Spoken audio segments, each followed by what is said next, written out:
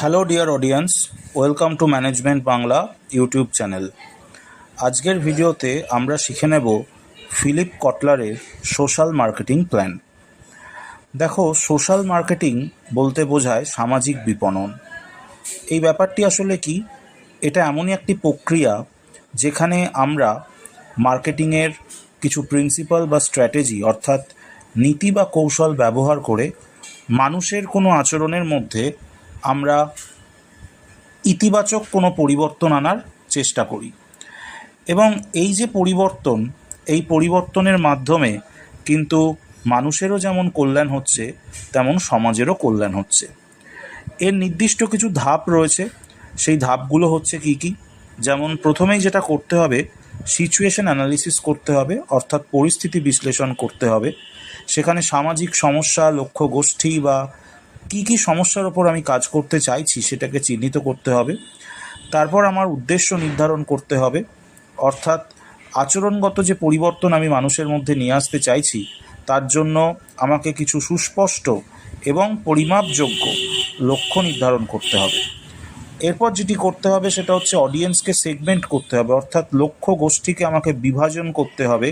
তাদের বিভিন্ন বৈশিষ্ট্যের ওপর ভিত্তি করে আমাকে তাদেরকে বিভিন্ন গোষ্ঠীতে ভাগ করতে হবে। এছাড়া কিন্তু আমি সোশ্যাল মার্কেটিং করতে পারবো না, কারণ সমাজে আমরা জানি বিভিন্ন ধরনের মানুষ থাকে এবং বিভিন্ন মানুষের সাইকোলজিক্যাল অ্যাসপেক্ট বিভিন্ন ধরনের হয়ে থাকে। এরপর কোনো একটা প্রোডাক্ট, সেটাকে মার্কেটিং করার জন্য আমরা 4P এর সাহায্য নিতে পারি। এই 4P বলতে কি বোঝায়?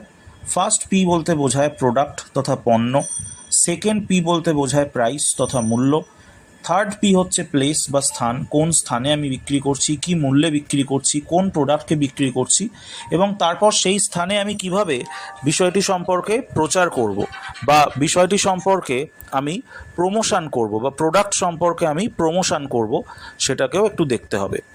এরপর যেটা করব সেটা হচ্ছে এই যে প্রোডাক্টটাকে আমি মার্কেটিং করছি সেটার ইমপ্লিমেন্টেশন বা বাস্তবায়ন করতে হবে, এবং তার জন্য কিছু আমাকে পরিকল্পনা মাফিক কিছু কর্মসূচিও গ্রহণ করতে হবে।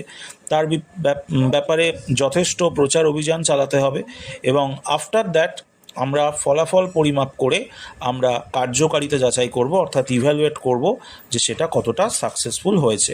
যেমন ধূমপান বিরোধী প্রচার বা পরিবেশ সংরক্ষণ অভিযান, এগুলোর মাধ্যমে আমরা দেখতে পারি যে স্বতঃপ্রণোদিতভাবে বা নিজের স্বেচ্ছায় কত মানুষ আচরণগত পরিবর্তন করতে চাইছেন, যাতে করে সমাজেরও উন্নতি হবে এবং ব্যক্তিগত স্তরে মানুষেরও উন্নতি হবে। ধন্যবাদ।